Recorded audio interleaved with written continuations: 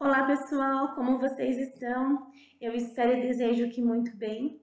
Eu me chamo Flávia de Carvalho Lucas Velo e venho aqui, através desse vídeo, apresentar para vocês o trabalho que foi realizado por mim, pelo Danilo, que também fará parte aqui da apresentação, e pelo professor Dr. Jair Lopes Júnior. O tema do nosso trabalho é sobre o ensino de habilidades sociais com pessoas com altas habilidades de superdotação, dimensões metodológicas acerca das evidências de aprendizagem. O nosso trabalho, ele se encaixou no eixo 2, que tem como tema o direito das pessoas com deficiência e culturas inclusivas. Olá pessoal, tudo bem com vocês? Muito bem, evidências apontam que esses jovens talentosos, eles costumam trabalhar bastante nos problemas que eles consideram relevantes a eles e que são considerados por eles como desafiadores. São características comuns dessa categoria a criatividade, a originalidade, o pensamento por analogias, diversidade de interesses e uma aversão importante a rotinas. Esses jovens buscam novas formas de resolver problemas e apresentam muitas vezes uma sensibilidade excessiva e um prazer na introspecção e na fantasia. É importante destacar que a literatura defende o imperativo do desenvolvimento global desses jovens e a prioridade inclusiva dos mesmos devido a essas características. Dessa forma, demonstra a importância de fomentarmos o conhecimento sobre a aquisição e o aprimoramento das habilidades sociais por crianças e por jovens superdotados. Esse desenvolvimento das habilidades sociais facilitará muito a melhora da funcionalidade desses jovens. Em consenso com a literatura, nós consideramos que as habilidades sociais são definidas por diferentes classes de comportamentos sociais no repertório do indivíduo que são essenciais na interação adequada com demandas interpessoais. Assim, o objetivo desse estudo foi o de identificar, mediante inspeção em parcela da literatura pertinente, quais são as características metodológicas das evidências de aprendizagem de habilidades sociais por pessoas com altas habilidades ou superdotação, bem como o de analisar em que extensão tais características convergem em sinalizar estratégias de ensinos mais eficientes. Então, metodológica, nós fizemos uma revisão parcial e integrativa da literatura através das bases de dados da Scopus e da Cielo, com os descritores altas habilidades de superdotação e habilidades sociais. A busca bibliográfica, ela resultou em 8 artigos, sendo eles 5 na base de dados da Cielo e 3 na base de dados da Scopus, totalizando assim 8 referências bibliográficas. Assim, através dos aspectos metodológicos da revisão de literatura que foi realizada, é dada uma importância de como metodologicamente os artigos encontrados trazem a relação do jovem superdotado e intervenções com habilidades sociais. E aí nós pontamos 2 aspectos. Um primeiro, como se fosse uma análise preliminar, onde ele coloca a evidência acerca do desenvolvimento de habilidades sociais com as pessoas com altas habilidades de superdotação, sendo baseadas em dados de avaliação psicométrica, prescindindo de dados de observação em um contexto que permite uma interação interpessoal desses jovens superdotados.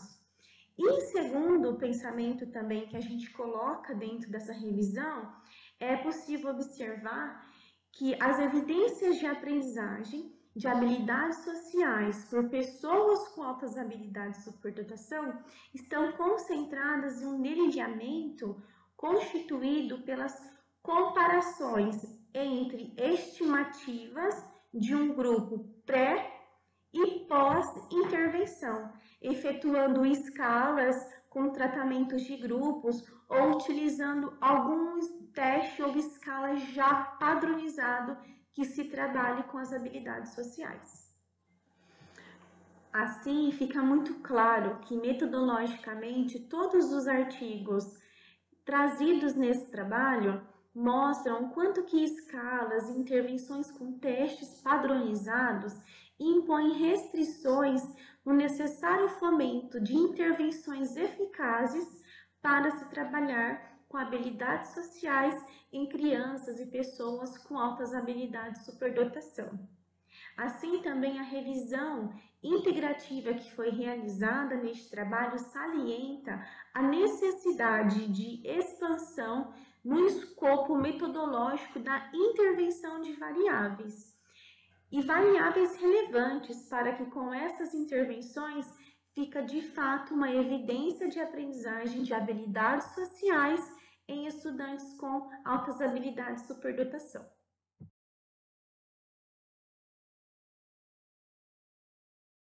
Olá, me chamo Camila e sou uma jovem adulta. Sou vista dos ombros para cima. Possuo cabelos cacheados, um pouco abaixo dos ombros, pele parda, cabelos e olhos castanhos, nariz e boca pequena.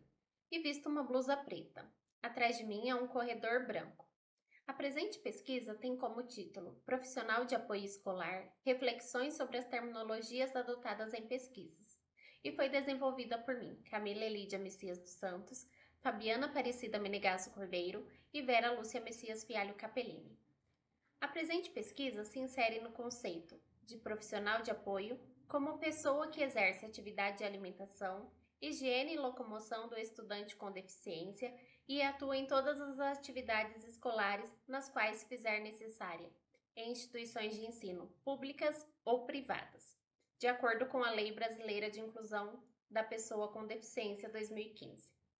No entanto, a literatura tem feito uso de diferentes nomenclaturas, referindo-se a muitas vezes como tutor, cuidador, monitor ou mentor, atribuindo-se diversas funções e responsabilidades. Portanto, objetivou-se analisar as produções bibliográficas sobre a utilização das terminologias e compará-las quanto aos serviços ofertados. A metodologia consistiu em uma revisão integrativa de literatura, que, segundo Matari e Ramos, consiste em avançar na análise, integrar e agregar os resultados e as evidências dos estudos analisados. As informações foram coletadas nas plataformas online, indexada no portal do periódico da Coordenação de Aperfeiçoamento de Nível Superior CAPES, durante o primeiro semestre de 2023. Essa busca foi realizada através de 4 associações entre os descritores: Inclusão END Aluno com Deficiência END Tutor, Inclusão END Aluno com Deficiência END Cuidador, Inclusão END Aluno com Deficiência END Monitor, Inclusão END Aluno com Deficiência END Profissional de Apoio. Durante esse levantamento, foram selecionados os artigos que apresentaram os descritores em seus títulos, resumos ou palavras-chave e que estavam circunscritas ao campo da inclusão escolar. Foram critérios de inclusão: as pesquisas que abordem a inclusão escolar no nível básico, que tenham como público estudantes com deficiência, publicação em formato de artigo e estar escrito em língua portuguesa. Como critérios de exclusão foram os estudos teóricos ou de revisão, artigos duplicados entre as bases de dados e os não disponibilizados na íntegra. Ao todo, foram identificados 98 documentos e, após análise preliminar, 84 resultados foram excluídos da amostra por não atenderem os critérios estabelecidos. Dos 13 artigos restantes, foram realizados a leitura dos resumos e categorizados quanto à nomenclatura utilizada. Os resultados preliminares evidenciaram diferenças entre as terminologias adotadas, caracterizando funções diferentes e algum deles com a proposição de termos complementares. Dos resultados encontrados, utilizando o termo tutor, identificou-se que não se trata de um trabalho profissional, mas de alunos denominados tutores que estudam na mesma escola junto ao aluno com deficiência e que desempenham o papel de tutoria nas atividades. As pesquisas encontradas com o termo cuidador foi associado ao principal responsável por garantir o bem-estar, assistência e a prestação de cuidado à criança, sendo eles seus próprios parentes. Dos resultados encontrados com a terminologia monitor, as atividades desempenhadas consistem no acompanhamento dos educandos com deficiência no cotidiano escolar, que muitas vezes acabam gerando situações de exclusão velada. Por sua vez, esses profissionais também são chamados de auxiliares.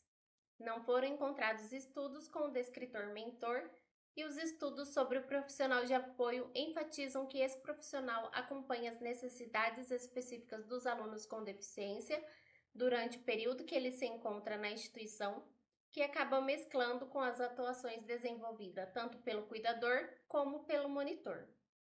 As considerações finais apontam para uma necessidade de uma melhor definição de terminologias e atribuições aos profissionais que atuam junto aos alunos com deficiência, em conformidade com os parâmetros nacionais, bem quanto a uma padronização do termo correto nas pesquisas, devido à tentativa de incluir outros termos identificados no cotidiano escolar, como mediador e auxiliares. Portanto, sugere-se que tais profissionais tenham as funções delimitadas para que possam apoiá-los no desenvolvimento de suas ações, sem contrapô-los a de outros profissionais. Muito obrigada.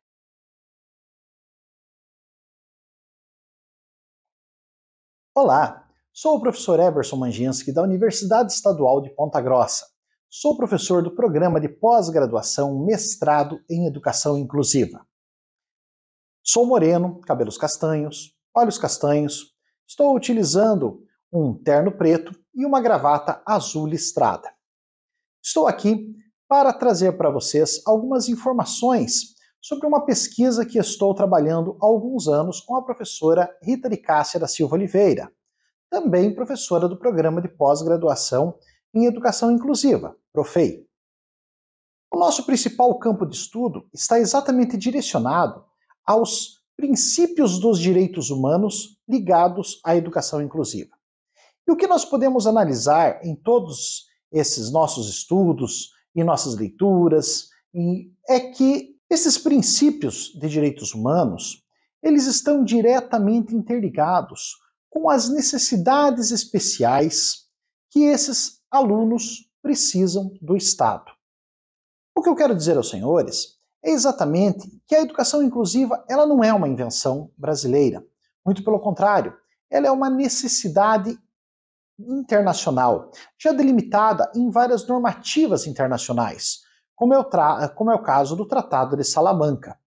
Então, o nosso maior âmbito de trabalho, nosso maior sistema de pesquisa é exatamente analisar o que nós temos em vistas de vieses internacionais para trazer também para o sistema brasileiro. O que nós conseguimos analisar em todo esse tempo é que a educação inclusiva ela não se mostra como uma relação sozinha, individual. Ela é, na verdade, uma necessidade para a própria sociedade inclusiva. Isso significa que não se trata de um elemento único da educação, mas uma necessidade para que toda a sociedade, de uma forma geral, consiga entender como é importante mantermos essas pessoas que possuem alguma forma de necessidade especial totalmente voltadas para dentro desta sociedade. O próprio vocábulo educação significa colocar as pessoas dentro das regras sociais. E como podemos falar em educação se a própria educação ela chega a ser exclusiva, a partir do momento que não trazemos possibilidades desses indivíduos estarem dentro das nossas regras sociais. A situação vai além. A partir do momento que nós tentamos, de alguma forma, isolar todos esses alunos em uma educação especial que não é inclusiva, nós estaremos, ao mesmo tempo, abandonando todos aqueles critérios de sociedade, aquele critério de Estado, aquele critério de democracia. Por isso, a grande importância de incentivarmos a sociedade e a educação de uma forma geral a ser cada vez mais inclusiva. Então, a educação inclusiva é somente um pequeno passo para que a sociedade, de forma geral, se torne inclusiva. Falar em educação inclusiva não significa trabalhar somente com determinados grupos, como é o caso dos surdos, dos mudos, dos autistas, dos portadores de TDAH. mas também de outros grupos que estão com bastante relevância entrando no sistema social, como é o caso dos idosos, como é o caso daquelas pessoas mais pobres, como também é a situação dos indígenas e dos indivíduos. Para falarmos de educação inclusiva, temos que elencar alguns princípios básicos dos direitos humanos. Primeiramente, a questão da disponibilidade de recursos, da igualdade para todos os indivíduos. Em segundo lugar, temos que pensar que é necessário uma formação docente continuada e de qualidade, visando exatamente esses públicos-alvos. E em terceiro, e não menos importante, temos que pensar que a educação inclusiva ela tem a finalidade de trazer o indivíduo para dentro da nossa sociedade. Basicamente, temos muito ainda a discutir sobre esse tema, temos muito a pesquisar sobre esse tema, mas isto será alvo de pesquisas futuras. Muito obrigado e um bom evento.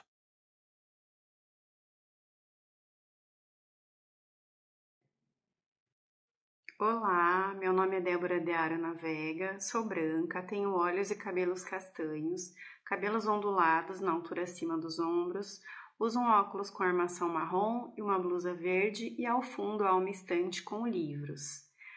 Vou apresentar o trabalho Apontamentos sobre a educação sexual de crianças com deficiência visual, realizado em coautoria com a minha orientadora, professora doutora Ana Cláudia Bortolozzi. É parte da tese em andamento e teve financiamento CAPES.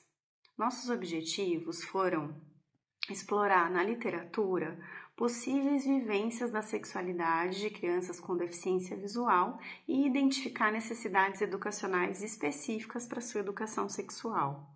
O método foi a revisão narrativa de literatura, em que materiais de fontes e tipos variados foram submetidos à análise crítica dos conhecimentos. Como principais resultados, encontramos que, em relação às vivências, pensando no desenvolvimento integral, interações familiares afetuosas com estímulo ao protagonismo da criança com deficiência visual na exploração do ambiente e na socialização são promotores de autoestima e autoconfiança nas relações futuras. De modo contrário, a superproteção costuma ser um empecilho para a construção de autoconfiança e para a socialização. A repressão e o isolamento da criança com deficiência visual repercutem na sua privação sensorial, social e afetiva. Meninas com deficiência visual são especialmente afetadas pela repressão, na medida em que são ensinadas a calar, ficar imóveis, agradar aos outros, sem terem oportunidades de perceber e expressar os próprios sentimentos e necessidades, prejudicando o desenvolvimento da sua autonomia e de habilidades de comunicação, úteis, inclusive, para expressar consentimento ou não e para pedir ajuda se necessário. A criança com deficiência visual precisa de espaço e permissão para conhecer o próprio corpo, experimentar afetos e sensações corpóreas, e inclusive na interação com outras crianças, nos chamados jogos sexuais infantis, que nada mais são do que brincadeiras que envolvem contato físico, como luta ou pega-pega. Em relação à aprendizagem de informações sobre sexualidade, na socialização, o assunto continua sendo um tabu, de forma geral, que é acentuado pelos preconceitos contra a sexualidade de pessoas com deficiência e pela incompreensão sobre as manifestações e dúvidas típicas dessa fase, da infância, o que costuma dificultar muito a aprendizagem de crianças com deficiência visual sobre o assunto, porque justamente elas têm na linguagem a sua principal via de aprendizagem.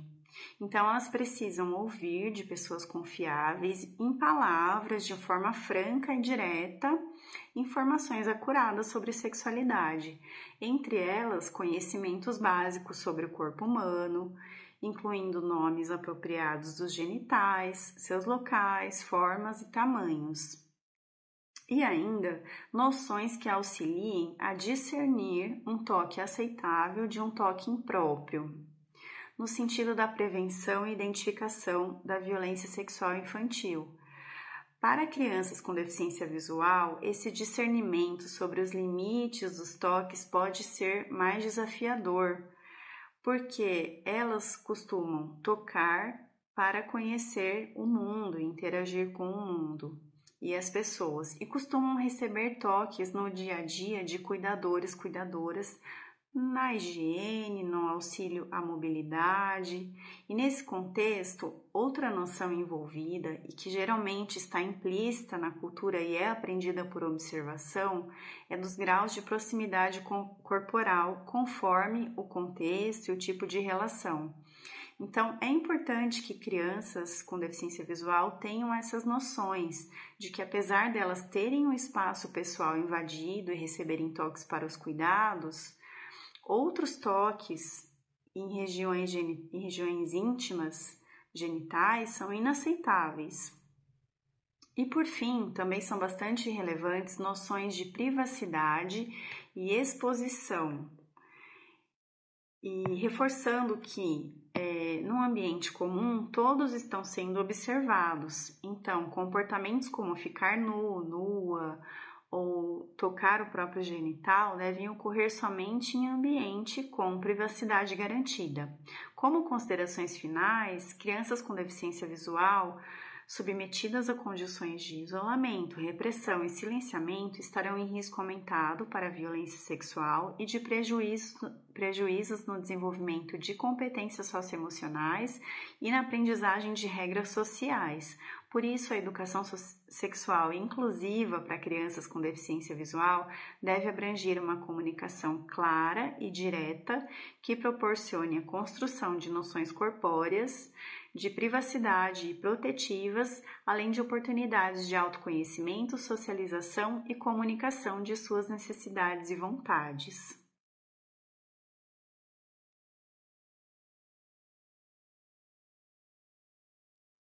Olá, me chamo Sônia Hamid, sou professora do Instituto Federal de Brasília e coautora deste trabalho com Cândida Alves, professora da Faculdade de Educação da Universidade de Brasília. Sou uma mulher branca, uso óculos com armação vermelha, estou vestindo uma blusa preta e um casaquinho vermelho, tenho cabelos longos castanhos e atrás de mim é possível visualizar uma estante com livros e alguns quadros na parede. Este trabalho, intitulado Ativismo Digital Materno e Direito à Inclusão Escolar, faz parte de um projeto de pesquisa mais amplo que estamos iniciando neste semestre sobre o ativismo materno nas redes sociais, no que se refere ao tema da deficiência. Neste trabalho em específico, nos voltamos para o âmbito da educação, buscando analisar as narrativas acerca de violações de direitos de pessoas com deficiência relacionados à inclusão escolar, veiculados por 2 perfis públicos de mães de crianças diagnosticadas com transtorno do espectro autista na rede social Instagram. Antes de mais nada, reforçamos que o direito das pessoas com deficiência à inclusão escolar está assegurado em legislações internacionais e nacionais, garantindo acesso ao ensino regular, com participação, aprendizagem e continuidade nos níveis mais elevados de ensino. Entretanto, o que vemos é que são frequentes os casos em que esse direito é negado ou o acesso a ele é dificultado, seja em ações em que a própria permanência da criança na escola é questionada, seja em situações em que não são oferecidas oportunidades para sua efetiva participação, aprendizagem e desenvolvimento. Se, por um lado, a garantia desses direitos passa pela esfera estatal, por outro, no âmbito das famílias, são historicamente as mães que lutam por sua conquista e efetivação. E esse lugar ocupado pelas mães não é aleatório, devendo ser compreendido à luz dos estudos feministas que denunciam a divisão sexual do trabalho e a responsabilização pelo trabalho de cuidado que recai sobre as mulheres. Vou falar então dos perfis analisados. O perfil A, com cerca de 20 mil seguidores, é o de uma mãe autista e TDAH de uma criança autista de 9 anos. A postagem analisada, em formato de texto escrito, foi comentada por mais de 600 pessoas. Trata-se de uma imagem com fundo preto e uma frase entre aspas: vale a pena repensar se nossa escola vai suprir as expectativas altas demais de vocês. No texto, abaixo da imagem, explica-se que se trata de uma frase ouvida pelos pais da criança na escola como um convite para retirar o filho da instituição. Podemos dividir os mais de 600 comentários que se seguem à postagem em 4 tipos. Comentários que marcam veículos de comunicação, que podemos supor têm a intenção de ampliar a denúncia, comentários de solidariedade, comentários em que mulheres relatam ter passado pela mesma coisa com seus filhos e comentários citando direitos e ações jurídicas que poderiam ser levadas a cabo para sua concretização.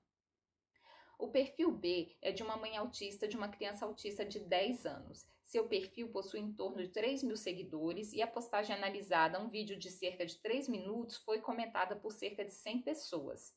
No vídeo, a mulher relata situações de exclusão por pares que seu filho autista de 10 anos vem vivenciando na escola, sem que seja tomada nenhuma medida efetiva por parte da instituição. A mulher expressa estar cansada e angustiada e, por isso, decidiu tirar o filho da escola, embora não ache que essa seja a melhor solução.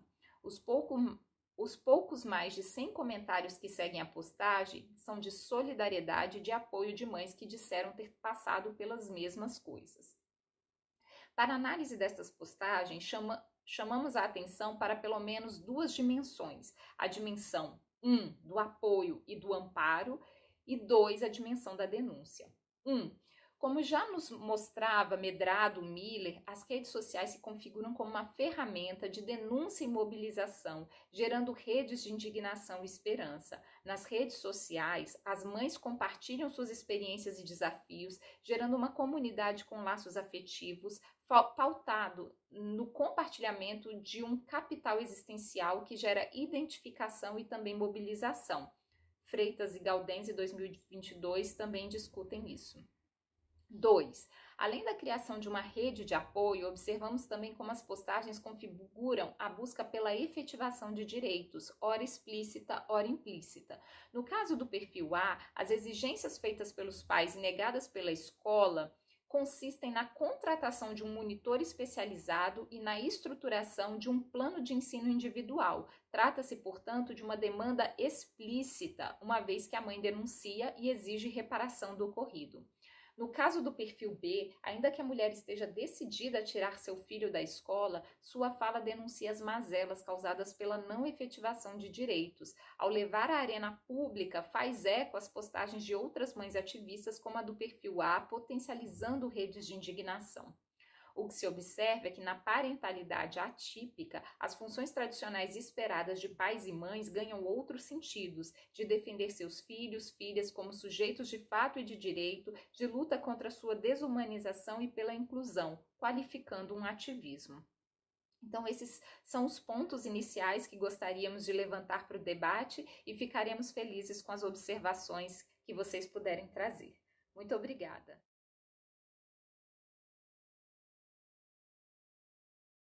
Oi, pessoal. Bom, vou dar início à minha apresentação fazendo minha audiodescrição. Então, eu sou uma mulher branca, de cabelos castanhos longos. Estou usando uma blusa preta, sem mangas, e o fundo é uma parede branca lisa. O título do meu trabalho é Considerações sobre o reconhecimento das línguas de sinais na América do Sul, que se encaixa no eixo 2. As autoras sou eu, Milena Maria Pinto, e minha orientadora Lara Ferreira dos Santos.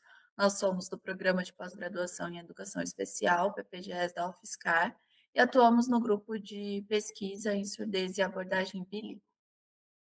Bom, dando um contexto e uma introdução ao meu trabalho, ele é um recorte de uma pesquisa maior de nível doutorado, e ele tem a finalidade de apresentar considerações sobre o reconhecimento das línguas de sinais em diferentes países da América do Sul. A metodologia utilizada foi baseada em estudos de educação comparada, do tipo documental. Ela tem um caráter qualitativo. E o procedimento que eu fiz foi uma busca em 2 plataformas online, utilizando termos que se relacionam com o objetivo e diferentes combinações entre eles, para encontrar documentos e produções científicas que retratassem a língua de sinais nesses países da América do Sul. A análise de dados eu fiz baseada no mapa de associação de ideias, por SPINC 2010, e ela foi desenvolvida para justamente proporcionar ao pesquisador esse potencial de interpretação e depois seleção de temas. Importante eu mencionar que a abordagem teórica que eu utilizo, ela é histórico-cultural, desenvolvida por Vygotsky, especialmente para eu discutir questões de desenvolvimento de língua na perspectiva social e também para eu dar ênfase na importância e na centralidade da língua no desenvolvimento, especialmente voltado para a educação. Como resultados e discussões, eu trago principalmente considerações que eu fiz a partir de um estudo de Montes, 2018, que ele apresenta que as línguas de sinais podem ter diferentes formas, então pode ser um reconhecimento constitucional, pode ser um reconhecimento por meio de legislação linguística, de modo geral, ou em uma lei ou ato da língua de sinais, ou em uma lei da língua de sinais, só que também que inclui outros meios de comunicação. E em relação aos países da América do Sul, a língua de sinais ela teve reconhecimento na Colômbia em 1996, na Venezuela em 1999, no Uruguai em 2001, no Brasil em 2002 e em outros países como Argentina, Bolívia, Chile, Equador, Paraguai, Peru e Suriname, não estão presentes na lista da autora e a gente entende que estão em diferentes condições, né, em cada país. Sobre isso, é muito importante a gente considerar que os países que têm um caráter oficial legal da língua de sinais em documentos que orientam especialmente a educação de surdos ela é mais desenvolvida e mais forte, estabelecida por todo o país. Enquanto em países que não possuem, né, esse caráter legal da língua, um reconhecimento oficial como língua mesmo, das línguas de sinais, os trabalhos e as pesquisas elas apresentam uma necessidade muito maior de aprofundar discussões e ter um modelo adequado para a educação de surdos. Então, cabe a nós fazer mais estudos, né, sobre como as línguas de sinais são encontradas nestes documentos e como elas orientam a educação, para que a gente tenha outras discussões também sobre o protagonismo da língua, a função dela no desenvolvimento das crianças surdas e como ela deve estar presente no ensino. Então, como ela deve ser, sim, a língua de instrução e a primeira língua dos alunos. Encerro aqui as minhas considerações de trabalho e espero que a gente tenha um momento para discutir mais sobre o tema. Muito obrigada.